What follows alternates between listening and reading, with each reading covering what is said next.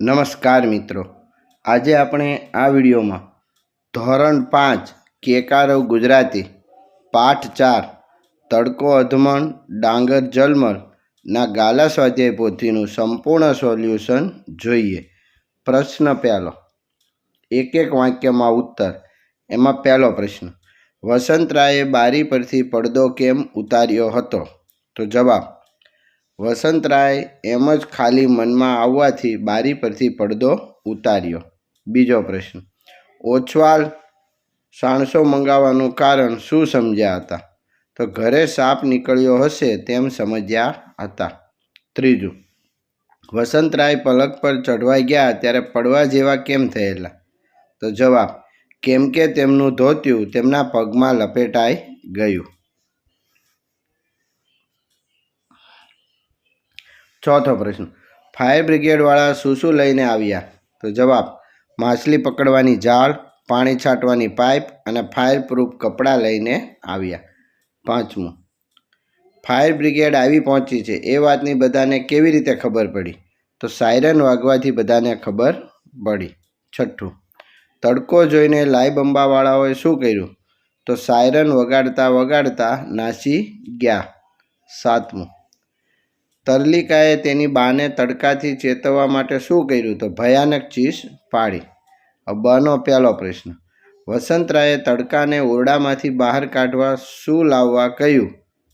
તો સાવરણી લાવવા કહ્યું। બીજો પ્રશ્ન, તરલિકાએ તડકાથી બચવા માટે વસંતરાયને શાના પર ચઢી જવાનું કહ્યું? તો પલંગ પર ચઢી જવાનું કહ્યું। ત્રીજું, તરલિકાનું ઘર ક્યાં હતું? તો નરસિંહ એપાર્ટમેન્ટ, ટોલ નાકા, ગણેશ બિલ્ડિંગથી આગળ અમદાવાદ 22માં હતું। ચોથું, તરલિકાએ ઓછવાલને સાણસો ઊંચો લઈ લેવાનું શા માટે કહ્યું? તો તડકો ઓછવલાલ તરફ આવતો હતો તેથી। પાંચમું, તરલિકાએ ઓછવલાલને શું આશ્વાસન આપ્યું? કે તડકો તમારાથી હજી 5 ફૂટ દૂર છે, પછી ફિકર શું કરો છો? એમ આશ્વાસન આપ્યું। પ્રશ્ન બીજો, 2-3 વાક્યમાં ઉત્તર। એમાં પહેલું, તડકાથી સૌથી વધુ કોણ ગભરાય? કેમ? તો વસંતરાય ગભરાય છે કારણ કે તેમની ચામડી એવી નાજુક છે કે તડકો તેમનાથી ખમાતો નથી। બનો પહેલો, ઓછવલાલ પોતાના કાન વિશે શું કહેતા? તો જવાબ, કે રાત આપણે જાગતા ને જાગતા જરાક પણ અવાજ મારા કાનની બહાર જાય નહીં, મારા કાન કૂતરાથી પણ ભૂંડા છે। આગળ છે બીજો પ્રશ્ન, ઓછવલાલે તરલિકાને પૂછ્યું, નાગદાદાએ દેખા દીધી છે ત્યારે તરલિકાએ શું કહ્યું?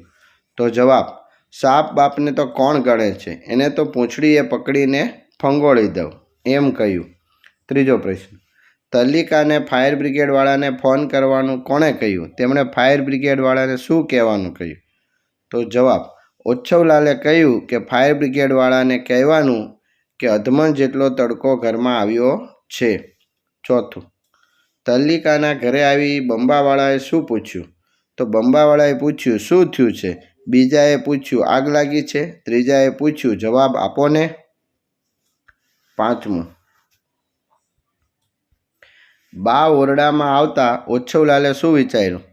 તો તડકામાં દાજીને મૃત્યુ પામેલા એકસાથે અનેક માણસોને યાદ કર્યા। તેમણે આંખો મીચી વિચાર્યું કે બિચારા બહેરા ભાભી આ તલ્લીને પરણવાની અધૂરી ઈચ્છા સાથે જ મૃત્યુ પામશે। હે રામ!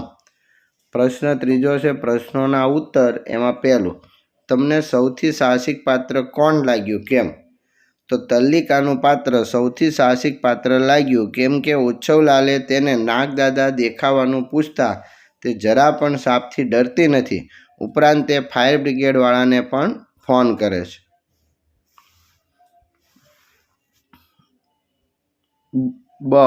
વસંતરાયે શા માટે બૂમ પાડી?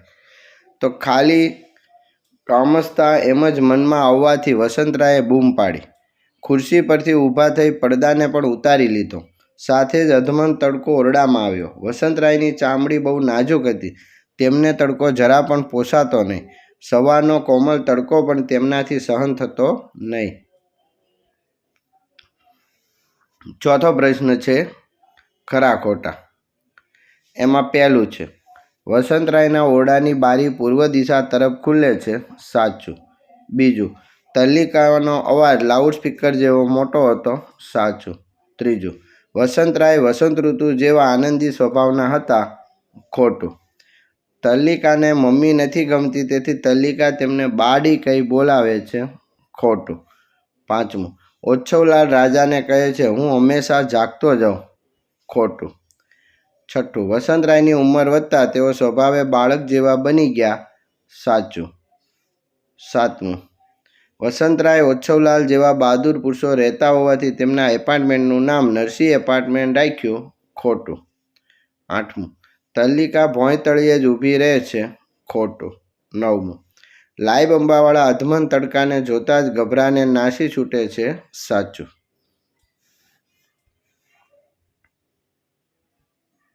દસમું, વસંતરાયના ઓરડામાં ઘણો બધો અવાજ થવાથી તેમના પત્નીને લાગે છે કે ઓરડામાં થોડો કખડાટ થાય છે, સાચું.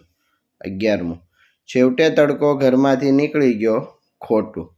બનું પહેલું, વસંતરાયે તડકો બહાર કાઢવા માટે સાવરણી મગાવી, સાચું. બીજું છે એ પણ સાચું. ત્રીજું ખોટું. ચોથું ખોટું. પાંચમું ખોટું અને છઠ્ઠું સાચું. આગળ છે આ વાક્યો કોણ કોને કેવી રીતે ઠપકો સાહસ ડર સલાહ કહ્યા તે લખો. તો પહેલું વાક્ય છે કોઈ આ તડકાને કાઢો, તો કોણે? તો કે વસંતરાયે. કોને કીધું? તો તલ્લિકાને. તો આમાં શું છે? તો કે ડર બતાવે છે. બીજું છે સાફ સાફને તો કોણ ગણે? તો તલ્લિકા બોલે છે, ઓછવલાલને કહે છે અને આમાં સાહસ દેખાય છે.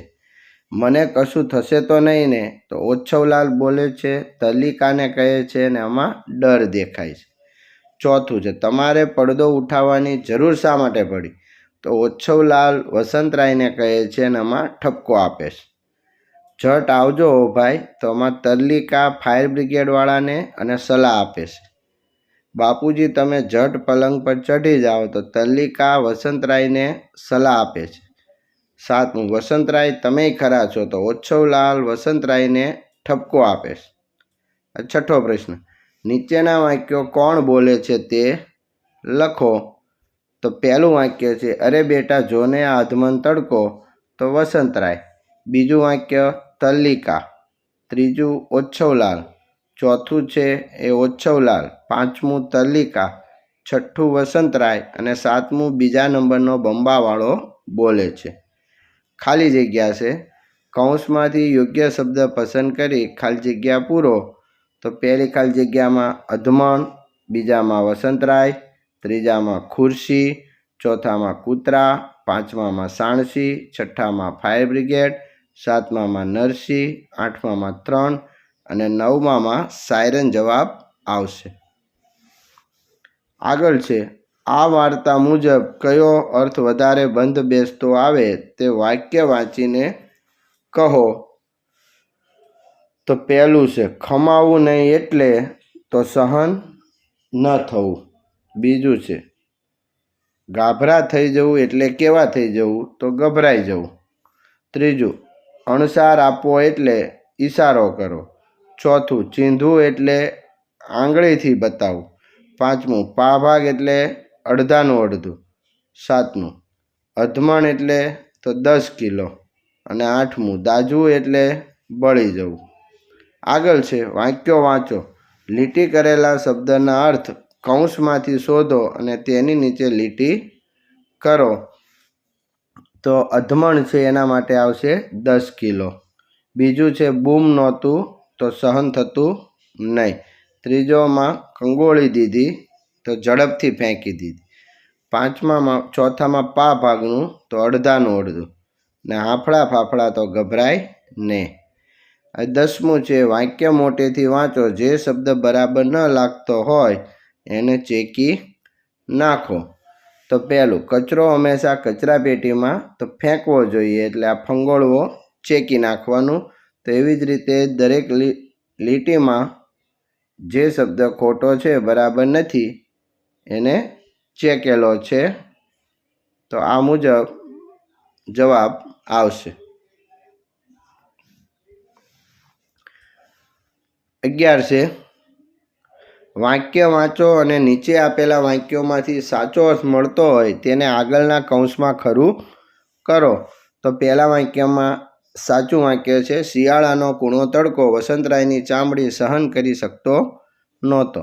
બીજામાં પણ પહેલું તડકાની સમસ્યાને કારણે તરલિકા થોડી ગભરાયેલી હતી। ત્રીજું છે એમાં છેલ્લું આવશે ઓછવલાલને લાગ્યું કે તરલિકાના બા તડકાથી દાઝીને મૃત્યુ પામશે। 12મું વાક્યોને વાર્તાની ઘટનાનો ક્રમ આપો અને જેટલું હસવું હોય એટલા હી લખો। તો અહીંયા આ પહેલું છે એ ચોથું વાક્ય આવશે, બીજું પહેલું આવશે, પછી ત્રીજું આવશે, ચોથું બીજું આવશે અને પાંચમું આવશે અને અહીંયા હી લખેલ છે। આગળ 13 ઘરમાં બધાને પૂછીને કયા મહિનાનો તડકો કેવો લાગે તે શોધીને લખો। તો અહીંયા કારતક મહિનો તો મીઠો, માગસર મીઠો, પોષ કૂણો, મહા ઉફાળો, ફાગણ ઓતરાચિત્ર, ચૈત્રમાં આકરો, વૈશાખમાં ધોમધકતો, જેઠમાં કાળઝાળ, અષાઢમાં મીઠો, શ્રાવણમાં કૂણો, ભાદરવો આકરો અને આસો હુંફાળો। આ વાર્તા બીજી કઈ કઈ રીતે કહી શકાય એ લખો। તો અહીંયા એક વખતની વાત છે એમ કરીને અહીંયા વાર્તા લખેલ છે કે એક ઘરડા ઉંદરે કહ્યું બિલાડીના ગળે ઘંટ બાંધીએ। બીજા ઉંદરે કહ્યું તેના કરતાં ઝણકાર વધારે સારું લાગશે, ઝાંઝર વધારે સારું લાગે। ઉંદરડીઓ ઝાંઝર શોધી લાવી, બિલાડીની ફરવાની જગ્યાએ મૂકતા બિલાડીના પગમાં ઝાંઝર પહેરાઈ ગયું। એ દિવસથી પૃથ્વી પરથી બિલાડીની સંખ્યા ઓછી થઈ ગઈ અને ઉંદરની સંખ્યા વધી ગઈ। એવી જ રીતે અહીંયા બધી બીજું છે ફિયોનાનું ની તો કઈ રીતે લખી શકાય એ લખેલ છે। આગળ જોઈએ વાક્યો ધ્યાનથી વાંચો અને ક્રિયા દર્શાવતા શબ્દના બે ભાગ ઓળખાવો। તો અહીંયા જોઈએ આપણે કે રોહિતે ફટાકડા ફોડ્યા, રોહિતે બધા ફટાકડા ફોડી નાખ્યા। તો ફોડ્યા ક્રિયાપદ અને ક્રિયા ફોડવાની, અહીંયા ફોડી નાખ્યા ક્રિયાપદ અને ક્રિયા ફોડવાની અને બીજી ક્રિયા છે નાખવાની। તો એવી જ રીતે દરેક વાક્યમાં ચોથા વાક્યમાં લાવી લાવવાની ક્રિયા, લાવી આપી લાવવાની ક્રિયા અને આપવાની ક્રિયા। તો ક્રિયાપદ કયું છે અને કઈ ક્રિયા છે એ અહીંયા આપણે જોઈ શકીએ છીએ। હવે છે 16મું આપેલા ફકરામાં કઈ કઈ બે ક્રિયાઓ સાથે આપેલી છે તે ક્રિયાઓ શોધીને લખો। તો અહીંયા જો સંભળાવા અને માંડ્યો, કરતા ને હોય, ધ્રુજવા ને લાગી, થવા ને માંડી અને આવી ઊભું રહ્યું તો આ સાથે સાથે ક્રિયા છે। 17મું ઉદાહરણ વાંચી કૌંસમાં આપેલ ક્રિયાનો ઉપયોગ કરી વાક્ય પૂરું કરો। તો પહેલું વાક્ય આમ તો તે મકાન જાગૃતિબેનનું હતું પણ સુધાબેને છેતરીને પચાવી પાડ્યું। બીજામાં તૂટી પડ્યું, ત્રીજામાં લખી નાખીશ, ચોથામાં નાચી ઉઠીએ અને પાંચમામાં શોધી કાઢે। 18મું ઉદાહરણ પ્રમાણે બંને ક્રિયાઓના અર્થ લખો અને બે ક્રિયામાંથી સંયુક્ત ક્રિયાનો અર્થ જાણો। તો અહીંયા પહેલું ચાટવું તો જીભ વડે વસ્તુને સ્પર્શવી અને ખાવી અને બીજી ક્રિયા છે જવું તો ગતિ કરવી અને ખસવું। એવી જ રીતે નાહવું તો સ્નાન કરવું, નાખવું તો ફેંકવું દૂર કરવું, પકડવું તો ઝાલવું ગ્રહણવું કરવું, રાખવું તો સંઘરવું ને કબજે કરવું, પડવું તો પતન થવું નીચે પડવું અને ભાંગવું તો તૂટવું કટકા થવા, ધોવું તો પાણીથી સાફ કરવું ને પીવું તો પ્રવાહી પેટમાં નાખવું। હવે 19મું છે ઉપરની સંયુક્ત ક્રિયાનો ઉપયોગ કરી વાક્ય બનાવો। તો ચાટી જવું તો શિક્ષક મોહનને વઢ્યા તેથી તેને ચાટી ગયું। નાહી નાખવું ઘણી ઉઘરાણી ના આવે તો તેના નામનું નાઈ નાખવું. પકડી રાખવું, તે બહુ જિદ્દી છે, દરેક વાત પકડી રાખે. પડી ભાંગવું, તો મોહનલાલનો ધંધો સાવ પડી ભાંગ્યો. ધોઈ પીવું, તો માથા ભારે લોકો સરકારના કાયદાને ઘોળીને પી જતા હોય. 20મું છે ડાંગરના ખેતરમાં તડકો. કવિતામાં ન આવતું હોય તેના પર છેકો મારો. તો આમાંથી જે શબ્દ ન આવતા હોય એ શબ્દ કાઢી નાખવાના છે. આગળ છે 21. સૌથી નજીકનો અર્થ લાગતો હોય તે વિકલ્પ સામે ખરું કરો.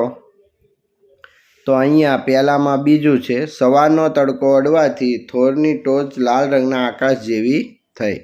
અને બીજામાં ત્રીજું છે, આંબા પર ઘણા બધા પક્ષી ગીતો ગાઈ રહ્યા છે. અને ત્રીજામાં પહેલું છે, બાવળ વચ્ચેથી પસાર થઈને તડકો જમીનને અડે ત્યારે ટુકડા ટુકડા થયેલા લાગે. ચોથામાં પણ પહેલું, પાંચમામાં ત્રીજું. હવે છે 22. યોગ્ય કારણ સામે ખરું કરો. તો તડકો વાલોળે ચક્કર ઘૂમે છે, કારણ કે તો વાલોળનો વેલો એ રીતે ગોઠવાયેલો હોય છે. 23મો પ્રશ્ન. 4 દિવસ અવલોકન કરીને પછી આખું ખાનું માત્ર તડકાથી ભરી દો. તે રંગ કેવો છે? જેમ કે પાકા કેળા જેવો, લીંબુનો, તો સવારનો, તો પાકી કેરી જેવો, બપોરનો સૂરજમુખી જેવો, સાંજનો નારંગી જેવો, અને વાદળછાયા દિવસનો અનાનસ જેવો. 24મું. આપેલ પંક્તિમાંથી લીટી કરેલ જગ્યાએ તમને ગમતા શબ્દો લખી પંક્તિ પૂરી કરો. તો અહીં પહેલામાં ધોરિયા, બીજામાં મલકાઈ, પછી બીજું છે કપાસ અને ઝીંડું, ત્રીજામાં જાંબુડો, મીઠો કલરવ, ચોથામાં પીળા પીળા મેથી તણા. 25મું. આ બધા શબ્દો આવી જાય તે માટે કેટલા વાક્ય બનાવશો? આ બધા શબ્દો આવી જાય છતાં વાક્ય ઓછા બને તેવા પ્રયત્ન કરો. તો અહીંયા જોઈએ શબ્દ પરથી, ડાંગરના સુંદર ખેતરના શેઢે થોરની બાજુમાંથી પસાર થતી નીકને તડકામાં જોવાની ખરેખર મજા આવે. એક વાક્યમાં બધા શબ્દો આવી ગયા. આ શબ્દોને ગોઠવી અને વ્યવસ્થિત વાક્ય. તો પહેલું છે, રીંછના બચ્ચા જન્મ વખતે આંધળા હોય. બીજું વાક્ય છે, ધાબળધીંગી પહેલવાનને આઘોને આઘો રાખતી. ત્રીજું છે, પહેલવાનના ઢીબાયા પછી રીંછ કુટુંબમાં કાનૂન અને વ્યવસ્થા પાકા થયા. ચોથું છે, ધાબળધીંગીના બચ્ચા મોટા થતાં હિંમતવાન બની ગયા. પાંચમું છે, એક રીંછ બાળ મોટું થતાં પછી તેની ધાબળધીંગી જેવું થયું. 27.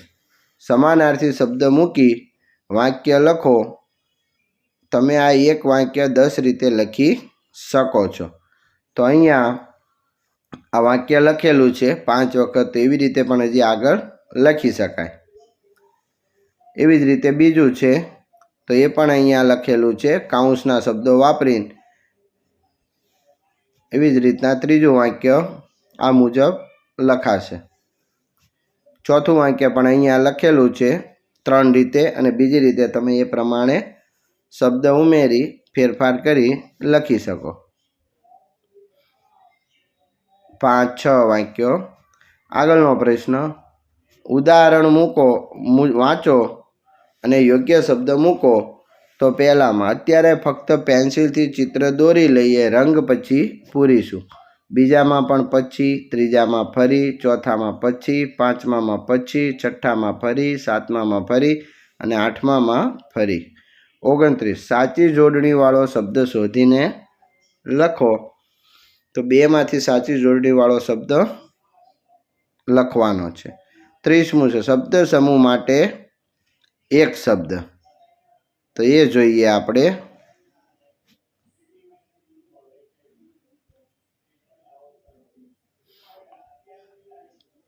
ઝાડ અથવા વેલાના પાંદડાથી થયેલી ઘટા, કુંજ. આગ બુઝાવનારી ટુકડી, ફાયર બ્રિગેડ. અનેક ફ્લેટવાળું મકાન, એપાર્ટમેન્ટ. આગથી સુરક્ષિત કરાયેલું, ફાયરપ્રૂફ. જેમાં પાણી ભરાઈ રહે એવું પાળ બાંધેલું ડાંગરનું ખેતર, ક્યાર્ડો. સાવ તૂટ્યું ફૂટ્યું હોય તેવું, તો જીર્ણ છે. હવે શબ્દ સમૂહના અર્થ. ખમાતું ન હોવું, તો સહન ન થવું. હંમેશા એસીની ઠંડકમાં બેસતા રહો અને તડકો ખમાતો નથી. એવી જ રીતે બીજું, તડતડવા માંડવું એટલે ફાટું ફાટું થવું. ત્રીજું છે દેખાદેવી, તો પ્રગટ થવું. ચોથું છે ગાભરા ગાભરા થઈ જવું, તો ખૂબ ગભરાઈ જવું. 32 ખોટો શબ્દ છેકી નાખો. તો અહીંયા જે ખોટા શબ્દો છે એ આ મુજબ છેકવા પડશે, એટલે બાકીનું વધશે એ સાચું વાક્ય થશે. 33 ક્રિયાઓ દર્શાવતા શબ્દ નીચે લીટી. તો પહેલામાં આપીએ છીએ, બીજામાં ગાય છે, ત્રીજામાં જોઈ બોલ્યો, ચોથામાં વળગી પડ્યા, પાંચમામાં આવશે અને છઠ્ઠામાં ચગાવીશું. 34 છે મૌખિક વાતચીત, 35 વાતચીત અને પછી પ્રવૃત્તિ. અહીંયા આ પાઠ પૂરો થાય છે. આભાર મિત્રો.